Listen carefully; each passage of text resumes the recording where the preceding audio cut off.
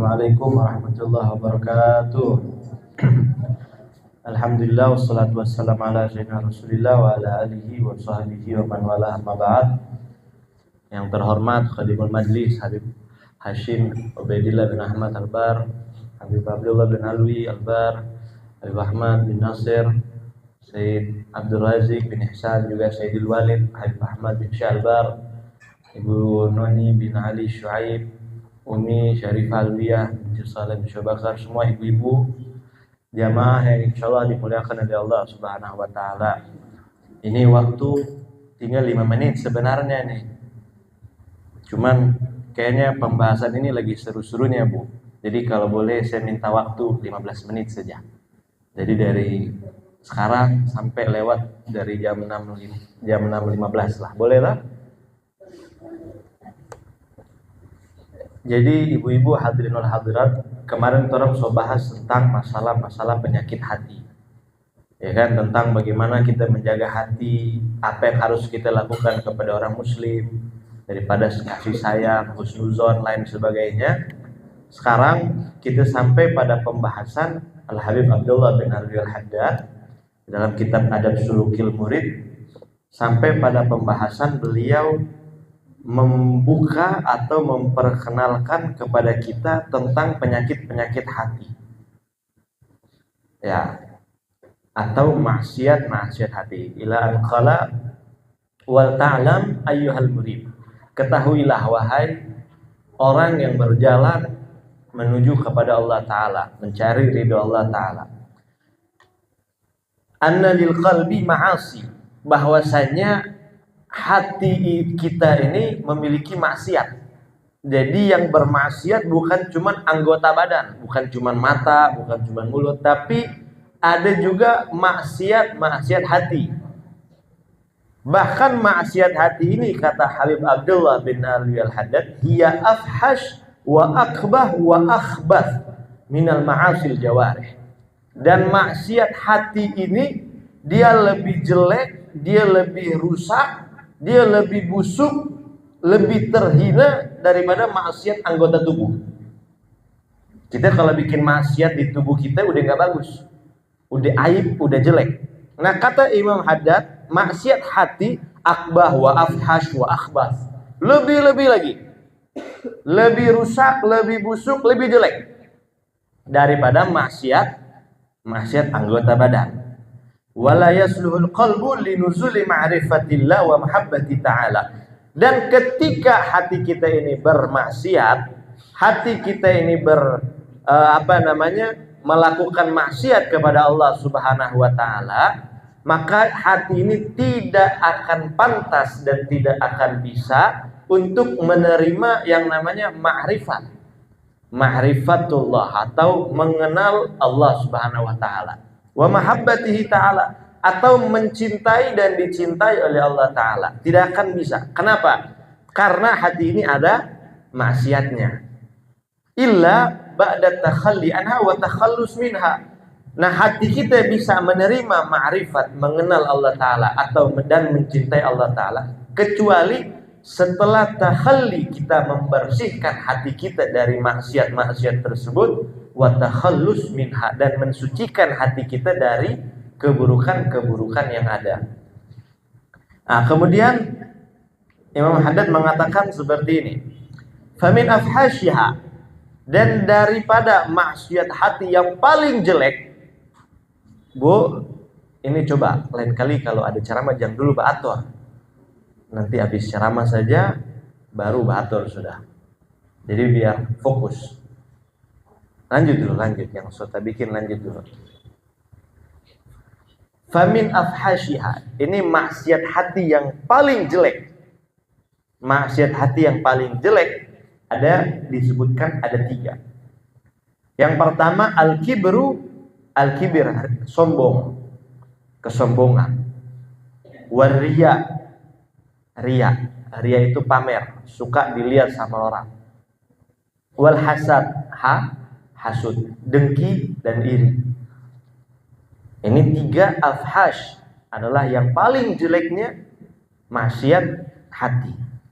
Fal kibru, adapun sifat sombong itu hadirin hadirat, fal kibru yadullu min sahibihi ala ghayatil hamaqah. Kesombongan itu ketika dimiliki oleh seseorang manusia, Imam Haddad mengatakan yadullu min sahibihi ala ghayatil hamaqah, menunjukkan bahwa orang yang sombong itu adalah ghayatil hamaqah. Apa tuh ghayatil hamaqah? Orang yang paling dungu. Jadi kalau bodoh itu lebih bodoh lagi namanya ahmaq, hamaqah. Jadi kelas di bawah bodoh, dungu ya kalau bahasa Indonesia. Ghayatil hamaqah, puncak kedunguan siapa? Orang yang sombong. Wa nihayatil jahala wal ghabawah, dan juga puncak daripada kebodohan yang dan kehinaan. Wa kaifa yali, kenapa bisa begitu? Kenapa orang sombong itu orang yang dungu dan orang yang paling bodoh? Kaifa yali kutakabbur, bagaimana dia bisa sombong? Mimman ya'lamu annahu makhluk min nutfatin madhirah, sedangkan dia tahu dan dia sadar dia ini hanya makhluk dari cairan yang hina. Dia tahu kita ini dari cairan yang hina, cairan yang tidak bernilai apapun. Wa ala gurbi yasiru jifatan qadirah, dan bahkan dalam waktu dekat dia akan menjadi bangkai yang membusuk. Dalam artian dalam waktu dekat semua orang ini pasti akan meninggal, akan jadi bangkai, hidup dari cairan yang hina, dan dalam waktu dekat akan menjadi bangkai. Kenapa dia bisa sombong?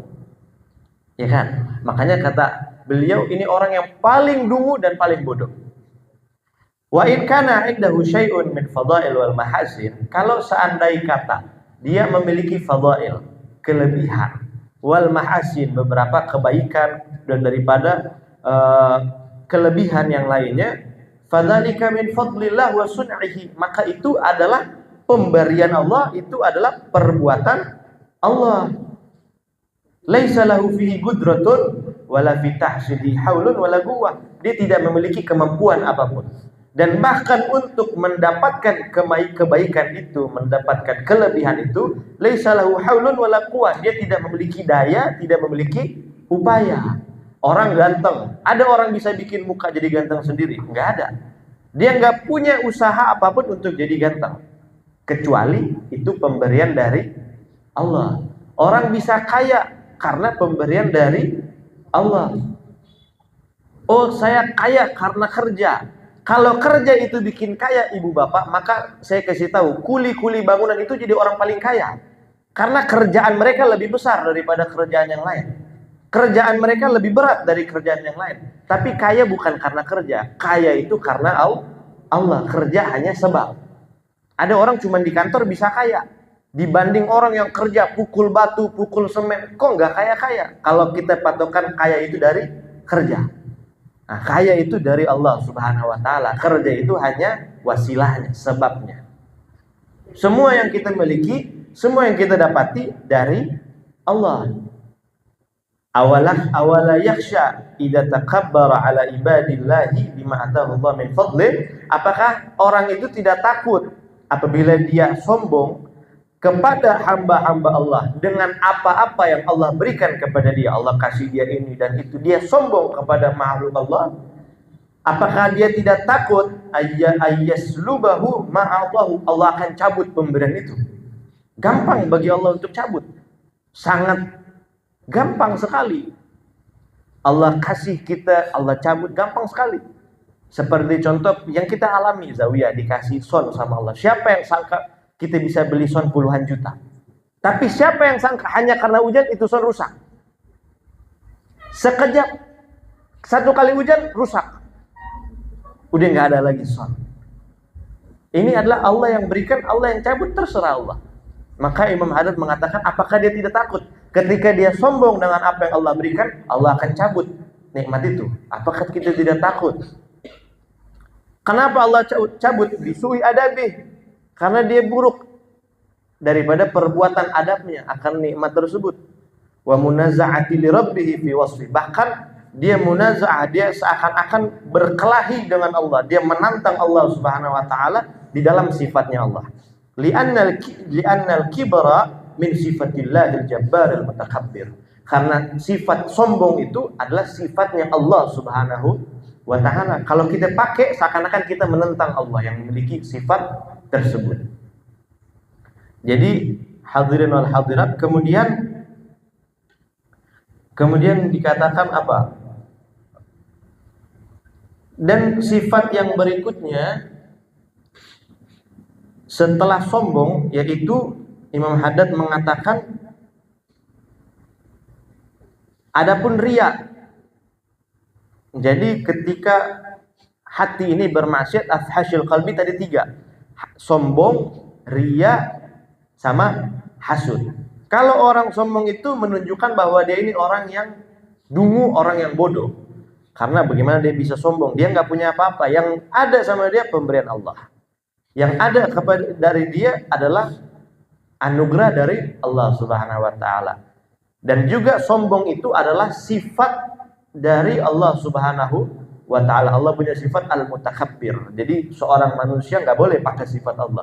Ketika dia pakai sifat Allah, itu adalah munazah, seakan-akan dia menentang Allah Subhanahu wa ta'ala. Adapun sifat yang kedua adalah riya. Riya itu, sombong itu kalau di dalam ta'rifat dikatakan sombong itu adalah batarul haq wa ghamdun nas. Sombong itu adalah menolak kebenaran dan juga merendahkan, meremehkan manusia. Jadi ada sesuatu yang benar, dia pasti tolak. Yang benar cuma dia. Itu sombong. Ketika saya kasih tahu, misal contoh, ini tembok warna putih. Tiba-tiba orang bilang, enggak, itu tembok warna hitam. Kita semua tahu kebenaran tembok ini adalah putih, tapi dia tolak. Nah, itu adalah contoh sifat sombong, menolak kebenaran. Atau yang lainnya, seperti contoh yang kita alami, seperti kita suruh misalnya dalam berdemokrasi, pilih ada tuntunan Al-Quran, itu kebenaran, tapi dia tolak. Oh enggak, ini kan undang-undang ini. Ini sifat orang-orang yang sombong, menolak kebenaran dan lain sebagainya. Kemudian sifat sombong juga adalah meremehkan dan merendahkan orang lain, merasa diri yang paling tinggi dan lain sebagainya. Adapun Riya itu fayadullu ala khuluwi qalbi mura'in min 'azamatillahi wa ijlalih. Orang ketika dia riya itu, ibu bapak, maka menunjukkan orang tersebut hatinya kosong daripada penghormatan dan pengagungan kepada Allah Subhanahu wa ta'ala. Hatinya kosong. Jadi di dalam hati orang yang riya itu tidak ada sama sekali rasa hormat, rasa ta'zim, mengagungkan Allah. Tidak ada. Kenapa bisa begitu? Li'annahu yatasannu' wa yatazayyan lil makhluk. Karena dia berbuat-buat perbuatannya itu. Membuat-buat perbuatannya, memperbagus perbuatannya lil makhlukin, untuk makhluk. Wala yaqna' bi ilmillah rabbil alamin. Dan tidak cukup bagi dia ilmu pengetahuan dari Allah. Salat supaya dilihat sama orang. Apakah tidak cukup Allah mengetahui kamu salat sehingga kamu harus dilihat sama orang? Sedekah upload di YouTube supaya dibilang orang dermawan. Apakah tidak cukup pengetahuan dari Allah? Allah tahu kamu sedekah. Sehingga ketika orang riya, berarti hatinya kosong, tidak ada rasa pengagungan dari Allah kepada Allah Subhanahu wa ta'ala. Dan hatinya tidak cukup dengan ilmunya Allah. Wa man 'amila shalihan, dan siapa orang yang berbuat kebaikan, berbuat soleh, sholatkah, puasakah, sedekahkah, atau apapun perbuatan yang baik, wa ahabba ayya'rifahun nas bidzalik, dan dia suka, dia ingin orang lain tahu. Nah, dia pengen orang lain tahu, liyu'azzimahu, supaya orang lain muliakan dia, supaya orang lain bilang, oh ini orang ahli sholat, oh ini orang ahli sedekah, oh ini orang dermawan. wa yastani'u ilaih, dan dia wa yastani'u ilaihil ma'ruf, dan dia berbuat kebaikan. Jadi aslinya pelit, cuman karena ada kamera kasih duit. Begitu. Membuat-buat kebaikannya. Fahuwa mura'in jahilun raghibun fid dunya. Maka itu adalah orang yang ria, orang yang bodoh, orang yang hanya menginginkan dunia.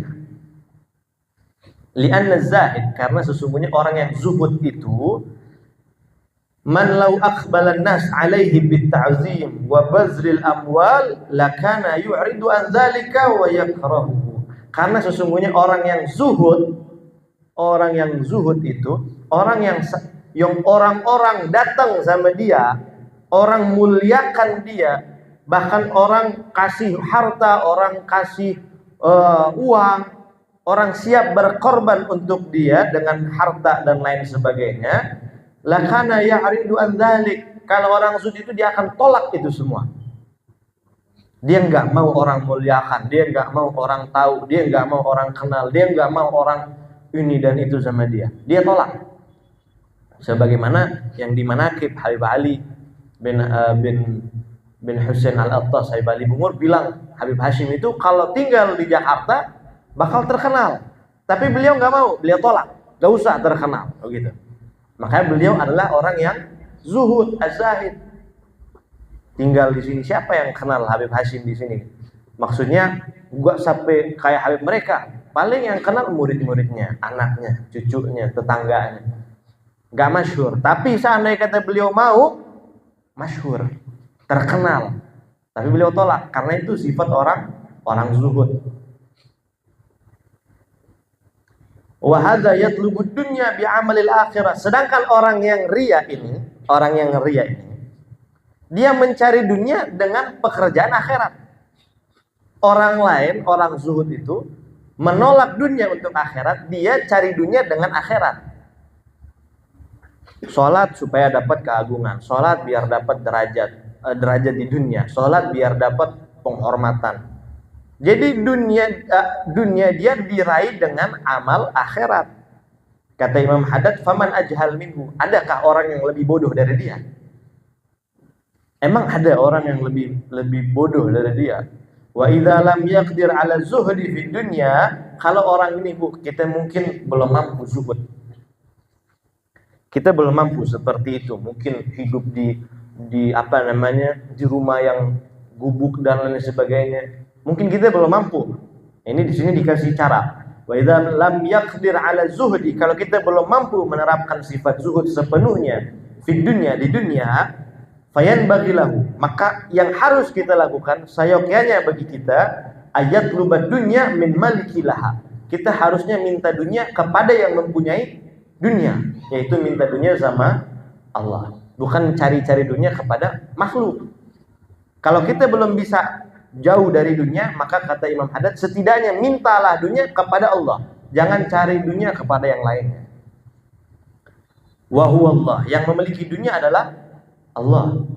Fa inna qulubal khalaiq biyadihi, karena sesungguhnya hati hamba-hambanya, hati makhluk Allah seluruhnya biyadihi, berada dalam kekuasaan Allah Subhanahu wa taala.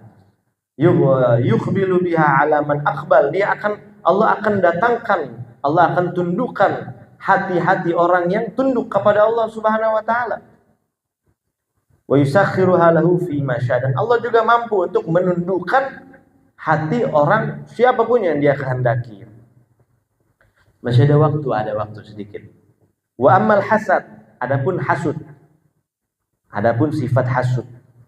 Wa ammal hasud ini adalah tamanni zawalun ni'mah 'anil ghair. Dia mengharapkan, suka orang yang punya nikmat itu hilang.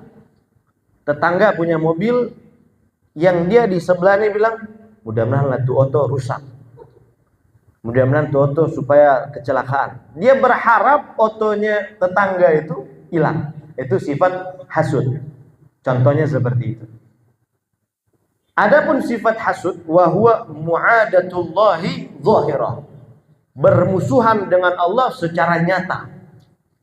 Wa munaza'atu lahu fi mulkih bayyinah, dan dia menantang Allah di kerajaan Allah Subhanahu wa taala dengan jelas.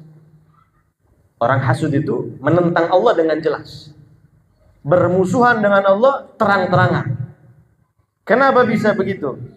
Li'annahu subhanah, karena sesungguhnya Allah Subhanahu wa taala, Maha Suci Allah, idza an'ama 'ala ba'di ibadih, ketika Allah memberikan nikmat kepada sebagian hamba-hambanya, Allah kasih mobil, Allah kasih kekayaan, Allah kasih ilmu, Allah kasih kebaikan yang lain kepada sebagian hambanya binikmatin, dengan sebuah nikmat, fala syakka annahu muridun lidzalik, maka tidak diragukan Allah yang ingin memberikan dia itu. Saya dapat mobil, yang ingin saya dapat mobil ya Allah, begitu. Tetangga dapat TV baru, Allah yang ingin dia dapat TV baru. Ketika kita tidak senang, maka kita tidak senang dengan keinginan Allah. Kita menentang keinginan Allah. Kita bermusuhan dengan Allah Subhanahu wa taala secara nyata. Itu keinginan Allah, kenapa ente yang sewot? Kan begitu. Fala syakka annahu muridun lidzalik, Allah yang menginginkan itu, Allah yang berkehendak dengan itu. Wa mukhtarun lahu, Allah yang pilih. Idza mukriha lahu ta'ala, sedangkan kita tahu Allah itu tidak ada sifat paksaan. Tidak ada yang bisa memaksa Allah Subhanahu wa taala. Emang ada yang bisa paksa Allah untuk berikan fulan ini, berikan fulan itu? Enggak ada. Itu murni keinginan dan kehendak Allah. Fa idza arada al-'abdu khilafa ma arada maulah faqad asaa al-adab. Ketika seorang makhluk, seorang hamba ingin apa-apa yang menentang keinginan Allah Subhanahu wa taala, maka itu adalah keburukan adabnya. Allah pengen dia dapat mobil, ente pengen mobilnya rusak. Allah pengen dia dapat ilmu, ente pengen ilmunya nggak bermanfaat. Allah pengen dia begini dan begitu, ente pengen yang lainnya. Ente pengen lawan. Maka ini faqad asa'al adab, sungguh telah rusak dan jelek adabnya kepada Allah. Wastaujabal 'athab, bahkan orang seperti ini sudah diwajibkan baginya al-'athab. Apa itu 'athab? Siksaan. Wajib bagi dia. Kenapa? Allah pengen yang begini kok ente ngatur-ngatur. Kan begitu kalau bahasanya. Allah pengen orang ini punya mobil, kok kamu nggak senang? Sedangkan yang pengen Allah. Emangnya siapa kita pengen menentang keinginan Allah Subhanahu wa taala? Emangnya kita siapa? Jadi seperti itu. Nah, maka dari sini nanti kita sambung lagi pembahasan berikutnya. Ya. Wa thumma innal hasad qad yakunu ala umuri dunya kal jah wal mal wa hil asghar. Nah, ini sedikit lagi nih. Nah, kemudian hasud itu kebanyakan kadang-kadang terjadi ala umuri dunia, atas perkara-perkara dunia. Dia hasud itu seperti al-jah, pangkat. Orang punya pangkat, dia pengen orang udah jadi PNS, mudah-mudahan ngana nonjok, begitu. Pangkat. Wal mal atau harta, seperti yang kita contohkan tadi. Tapi hasud-hasud tersebut, ibu-ibu, hasud-hasud tersebut wahya asghar, itu adalah kecil. Walaupun jelek, tapi itu diantara hasud yang kecil. Wa huwa asgharu min ayyahsuda 'alaiha bal yanbaghi laka an tarhama man tila biha wa tahmalha. Ada hasud yang besar. Hasud yang besar itu lebih bahaya daripada hasud ini. Apa? Hasudnya seorang ulama. Hasudnya seorang yang alim, hasudnya seorang yang punya ilmu. Ketika ulama sama ulama saling hasud, itu lebih berbahaya daripada hasud dunia tadi. Karena kenapa? Dia bakal mencegah orang daripada sampai kepada ilmu. Kalau dia hasud nih, Habib A hasud sama Habib B, Ustadz A hasud sama Ustadz B, Kiai A hasud sama Kiai B, maka dia bakal cegah. Kamu mau kemana? Mau datang ke majelis Ustadz Fulan. Oh jangan. Dia mencegah orang dari kebaikan. Kenapa? Karena hasudnya, karena iri dan lain sebagainya. Itu lebih berat. lebih besar iri dan hasutnya seorang ulama. Nah, mudah-mudahan Allah jaga ulama-ulama kita, ustaz-ustaz kita, kiai-kiai kita dari sifat hasut dan saling iri tersebut. Allah jadikan ulama-ulama kita ulama yang bersatu dan kompak, insyaallah. Amin ya rabbal alamin. Insyaallah kita sambung lagi pada kesempatan berikutnya. Ibu bapak hadirin hadirat, lebih kurangnya mohon maaf. Assalamualaikum warahmatullahi wabarakatuh.